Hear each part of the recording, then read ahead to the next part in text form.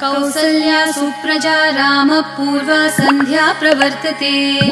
उत्तिष्ठ नरशार्दूल कर्तव्यं दैवमाह्निकम्। कौसल्या सुप्रजा रामः पूर्वा सन्ध्या प्रवर्तते। उत्तिष्ठ नरशार्दूल कर्तव्यं दैवमाह्निकम्। उत्तिष्ठोत्तिष्ठ गोविन्द उत्तिष्ठ गरुडध्वज।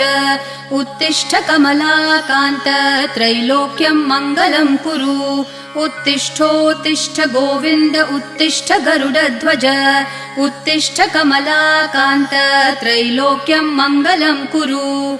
मातः समस्त जगतां मधुकैटभारेः वक्षो विहारिणि मनोहर दिव्यमूर्ते। श्रीस्वामिनि श्रितजनप्रिय दानशीले श्रीवेङ्कटेश दयिते तव सुप्रभातम्। मातः समस्त जगतां मधुकैटभारेः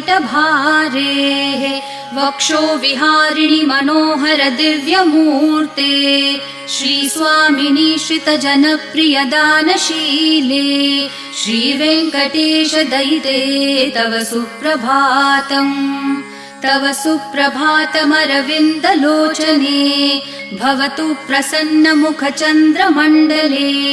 विधिशङ्करेन्द्रवनिताभिरर्चिते वृषशैलनाथ दयिते दयानिधे। अत्र्यादिसप्तऋषयः समुपास्य सन्ध्याम् आकाशसिन्धुकमलानि मनोहराणि आदाय पादयुगमर्चयितुं प्रपन्नाः। शेषाद्रिशेखर विभो तव सुप्रभातम्। पञ्चाननाब्ज भव षण्मुखवासवाद्याः त्रैविक्रमादिचरितं विबुधास्तुवन्ति। भाषापतिः पठति वासरशुद्धिमारात्। शेषाद्रिशेखर विभो तव सुप्रभातम्। ईषत्प्रफुल्ल सरसीरुहनारिकेलपूगद्रुमादिसुमनोहर पालिकानाम् आवाति मन्दमनिलः सह दिव्यगन्धैः। शेषाद्रिशेखर विभो तव सुप्रभातम्। उन्मील्य नेत्रयुगमुत्तम पञ्चरस्था पात्रावशिष्ठ कदलीफलपायसानि भूत्वा सलीलमथ केलिशुकाः पठन्ति। शेषाद्रिशेखर विभो तव सुप्रभातम्। तन्त्री प्रकर्ष मधुरस्वनया विपञ्च्या गायत्यनन्तचरितं तव नारदोऽपि। भाषा समग्रमसकृत्करचाररम्यम्। शेषाद्रिशेखर विभो तव सुप्रभातम्। भृङ्गावली च मकरन्दरसानुविद्ध झनकार गीतनिनदैः सह सेवनाय निर्यात्युपान्त सरसी कमलोदरेभ्यः। शेषाद्रिशेखर विभो तव सुप्रभातम्। योषागणेन वरदग्निविमथ्यमाने घोषालयेषु दधिमन्थन तीव्रघोषाः। रोषात् कलिं वदधते ककुभश्च कुम्भाः। शेषाद्रिशेखर विभो तव सुप्रभातम्। पद्मेशमित्रशतपत्रगतालिवर्गाः हर्तुं श्रियं कुवलयस्य निजाङ्गलक्ष्म्या। भेरीनिनादमिव बिभ्रति तीव्रनादम्। शेषाद्रिशेखर विभो तव सुप्रभातम्। श्रीमन्नभीष्टवरदाखिललोकबन्धो श्री श्रीनिवास जगदैकदयैकसिन्धो श्रीदेवतागृहभुजान्तर दिव्यमूर्ते श्रीवेङ्कटाचलपते तव सुप्रभातम्। श्रीमन्नभीष्टवरदाखिललोकबन्धो श्री श्रीनिवास जगदेकदयैकसिन्धो श्रीदेवतागृहभुजान्तर दिव्यमूर्ते श्रीवेङ्कटाचलपते तव सुप्रभातम्। श्रीस्वामी पुष्करिणिकाप्लवनिर्मलाङ्गाः श्रेयोर्थिनो हरविरिञ्च सनन्दनाद्याः द्वारे वसन्ति वरवेत्रहतोत्तमाङ्गाः श्रीवेङ्कटाचलपते तव सुप्रभातम् श्रीशेषशैलगरुडाचल वेङ्कटाद्रिनारायणाद्रिवृषभाद्रिवृषाद्रिमुख्याम् आख्याम् त्वदीयवसतेरनिशं वदन्ति श्रीवेङ्कटाचलपते तव सुप्रभातम् सेवापरः शिवसुरेश कृशानुधर्म रक्षोऽम्बुनाथ पवमानधनाधिनाथाः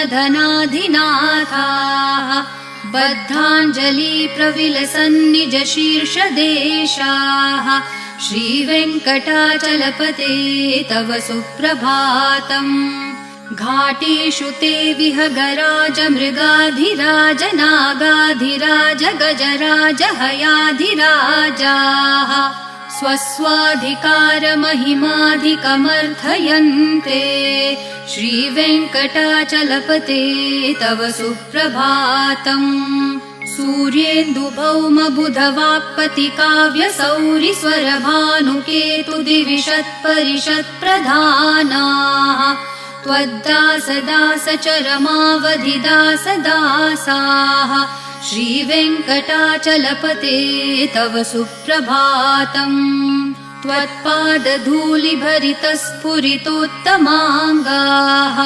स्वर्गापवर्गनिरपेक्षनिजान्तरङ्गाः कल्पागमाकलनयाकुलतां लभन्ते श्रीवेङ्कटाचलपते तव सुप्रभातम् त्वद्गोपुराग्रशिखराणि निरीक्षमाणाः स्वर्गापवर्गपदवीं परमाश्रयन्तः मर्त्या मनुष्यभुवने मतिमाश्रयन्ते श्रीवेङ्कटाचलपते तव सुप्रभातम् श्रीभूमिनायक दयादिगुणामृताब्धे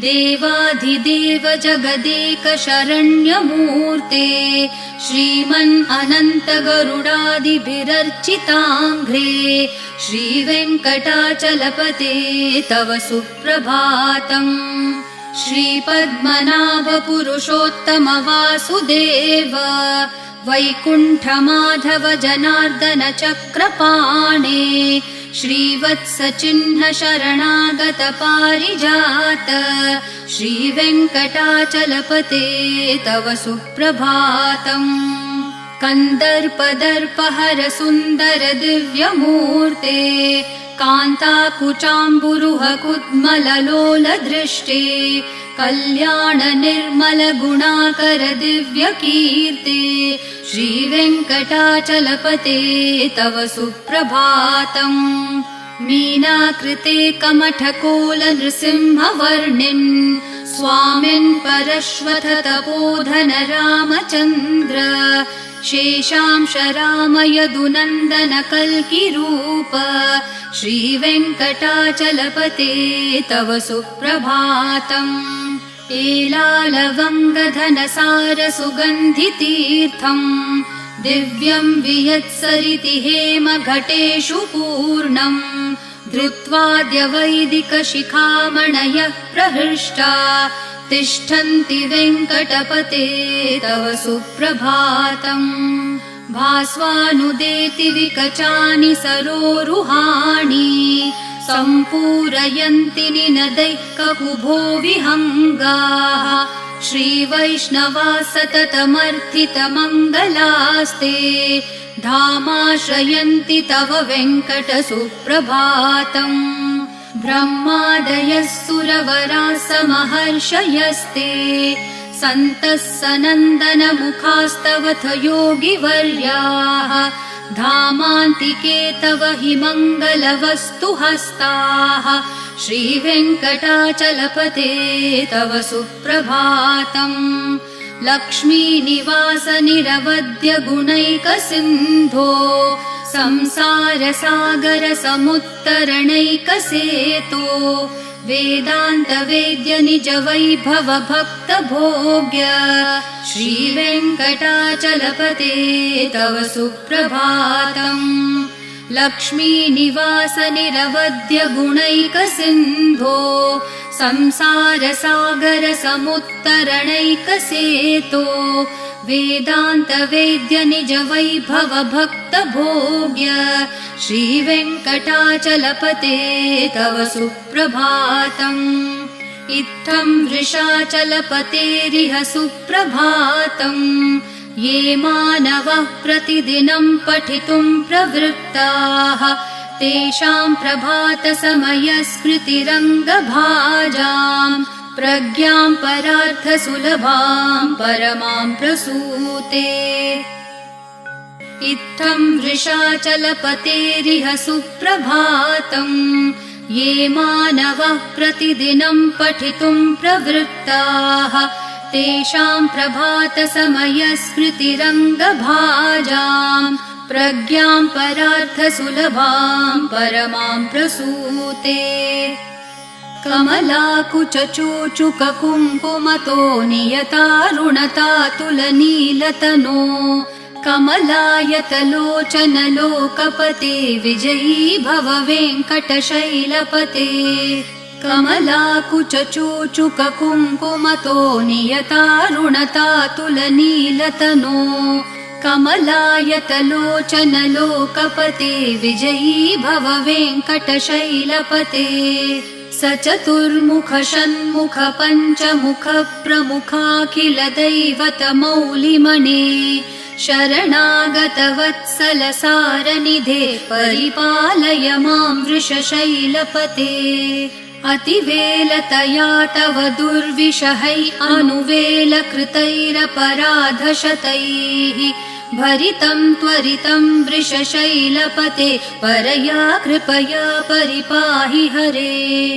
अधिवेङ्कटशैलमुदारमते जनताभिमताधिकदानरतात् परदेवतया गदितान्नगमै कमलादयितान्न परं कलये। कलवेणुरवावशगोपवधू शतकोटिवृतात् स्मरकोटिसमात् प्रतिवल्लविकाभिमतात् सुखदात् वसुदेवसुतान्न परं कलये। अभिराम गुणाकर दाशरथे जगदेकधनुर्धर धीरमते रघुनायक राम रमेश विभो वरदो भवदेव दया जलदे। अवनीतनया कमनीयकरं रजनीकर चारुमुखाम्बुरुहम् रजनीचरराजतमो मिहिरं महनीयमहं रघुराममये। सुमुखं सुहृदं सुलभं सुखदं स्वनुजं च सुखाय ममोघशरम् अपहाय रघुत्वहमन्यमहं न कथञ्चन कञ्चन जातु भजे। विना वेङ्कटेशं न नाथो न नाथ सदा वेङ्कटेशं स्मरामि स्मरामि। हरे वेङ्कटेश प्रसीद प्रसीद प्रियं वेङ्कटेश प्रयच्छ प्रयच्छ। विना वेङ्कटेशं न नाथो न नाथ सदा वेङ्कटेशं स्मरामि स्मरामि। हरे वेङ्कटेश प्रसीद प्रसीद प्रियं वेङ्कटेश प्रयच्छ प्रयच्छ। अहं दूरतस्ते पदाम्भोजयुग्म प्रणामेच्छयागत्य सेवां करोमि। सकृत्सेवया नित्यसेवाफलं त्वं प्रयच्छ प्रयच्छ प्रभो वेङ्कटेश।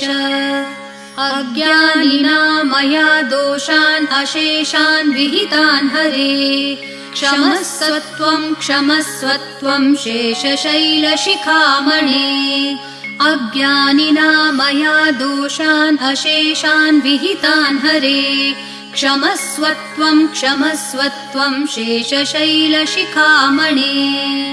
ईशानां जगतोऽस्य वेङ्कटपतेर्विष्णोः परां प्रेयसीं तद्वक्षस्थलनित्यवासरसिकां तत्क्षान्तिसंवर्धिनीं पद्मालङ्कृतपाणिपल्लवयुगां पद्मासनस्थां श्रियं वात्सल्यादिगुणोज्ज्वलां भगवतीं वन्दे जगन्मातरम् ईशानां जगतोऽस्य वेङ्कटपतेर्विष्णोः परां प्रेयसीं तद्वक्षस्थलनित्यवासरसिकां तत्क्षान्तिसंवर्धिनीं पद्मालङ्कृतपाणिपल्लवयुगां पद्मासनस्थां श्रियं वात्सल्यादिगुणोज्ज्वलां भगवतीं वन्दे जगन्मातरम् श्रीमान् कृपाजलनिधे कृतसर्वलोक सर्वज्ञ शक्तनतवत्सल सर्वशेषिन्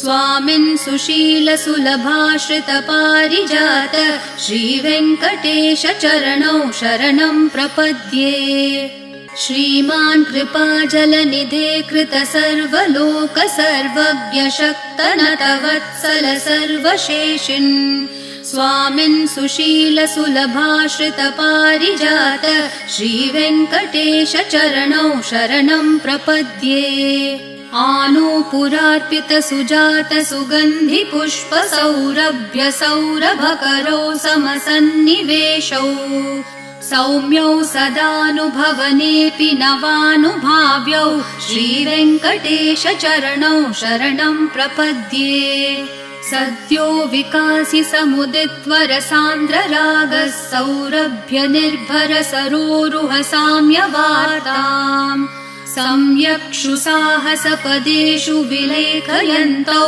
श्रीवेङ्कटेश चरणौ शरणं प्रपद्ये रेखामयध्वज सुधाकलशातपत्रवज्राङ्कुशाम्बुरुह कल्पकशङ्खचक्रैः भव्यैरलङ्कृततलौ परतत्त्वचिह्नैः श्रीवेङ्कटेश चरणौ शरणं प्रपद्ये ताम्रोदरद्युतिपराजित पद्मरागौ ब्राह्मेर्महोभिरभिभूत महेन्द्रनीलौ उद्यन्नखांशुभिरदस्त शशाङ्कभासौ श्रीवेङ्कटेश चरणौ शरणं प्रपद्ये सप्रेम भीतिकमलाकरपल्लवाभ्यां सम्माहनेऽपि सपदिक्लममादधानौ कान्ताववाङ्मनसगोचरसौ कुमार्यौ श्रीवेङ्कटेश चरणौ शरणं प्रपद्ये लक्ष्मीमहीतदनुरूपनिजानुभावन्नीलादिदिव्यमहिषीकरपल्लवानाम् आरुण्यसङ्क्रमणतः किल सान्द्ररागौ श्रीवेङ्कटेश चरणौ शरणं प्रपद्ये नित्यानमद्विधि शिवादिकिरीटकोटि प्रत्युक्तदीप्तिनवरत्नमःप्ररोहैः नीराजनाविधिमुदारमुपादधानौ श्रीवेङ्कटेश चरणौ शरणं प्रपद्ये विष्णोपदे परम इत्युदित प्रशंसो यौ मध्य उत्स इति भोग्यतयाप्युपातौ भूयस्ततेति तव पाणितलप्रदिष्टौ श्रीवेङ्कटेश चरणौ शरणं प्रपद्ये पार्थाय तत्सदृशसारथिना त्वयैव यौ दर्शितौ स्वचरणौ शरणं व्रजेति भूयोऽपि मह्यमिहतौ करदर्शितौ ते श्रीवेङ्कटेश चरणौ शरणं प्रपद्ये मन्मूर्धिकालियफने विकटाटवीषु श्रीवेङ्कटाद्रिशिखरे शिरसि श्रुतीनाम् चित्तेऽप्यनन्यमनसां सममाहितौ ते श्रीवेङ्कटेश चरणौ शरणं प्रपद्ये आम्लानहृष्यदवनीतलकीर्णपुष्पौ श्रीवेङ्कटाद्रिशिखराभरणायमानौ आनन्दिताखिल मनोनयनौ तवेतौ श्रीवेङ्कटेश चरणौ शरणं प्रपद्ये प्रायप्रपन्नजनता प्रथमावगाह्यो मातुस्तनाविविशिशोरमृतायमानौ प्राप्तौ परस्परतुलामतुलान्तरौ ते श्रीवेङ्कटेशचरणौ शरणं प्रपद्ये सत्वोत्तरै सततसेव्यपदाम्बुजेन संसारतारकदशार्द्रदृगञ्चलेन सौम्योपयन्तृमुनिनाममदर्शितौ ते श्रीवेङ्कटेशचरणौ शरणं प्रपद्ये सत्वोत्तरै सततसेव्यपदाम्बुजेन संसारतारकदशार्द्रदृगञ्चलेन सौम्योपयन्तृमुनिनाममदर्शितौ ते श्रीवेङ्कटेशचरणौ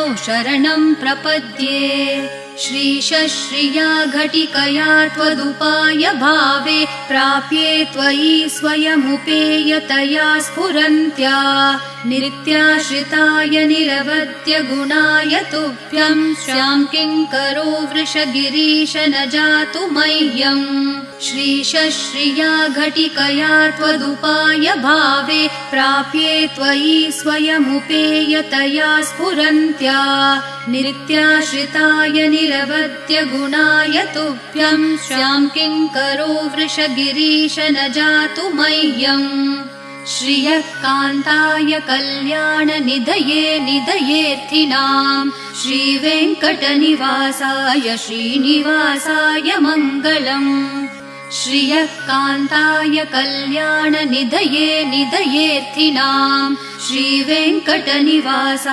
श्रीनिवासाय मङ्गलम् लक्ष्मी सविभ्रमालोकसुप्रविभ्रमचक्षुषे चक्षुषे सर्वलोकानां वेङ्कटेशाय मङ्गलम् श्रीवेङ्कटाद्रिशृङ्गाग्रमङ्गलाभरणाङ्ग्रये मङ्गलानां निवासाय श्रीनिवासाय मङ्गलम् सर्वावयवसौन्दर्यसम्पदा सर्वचेतसां सदा सम्मोहनायास्तु वेङ्कटेशाय मङ्गलम् नित्याय निरवध्याय सत्यानन्दचिदात्मने सर्वान्तरात्मने श्रीमद्वेङ्कटेशाय मङ्गलम् स्वतः सर्वविदे सर्वशक्तये सर्वशेषिणे सुलभाय सुशीलाय वेङ्कटेशाय मङ्गलम्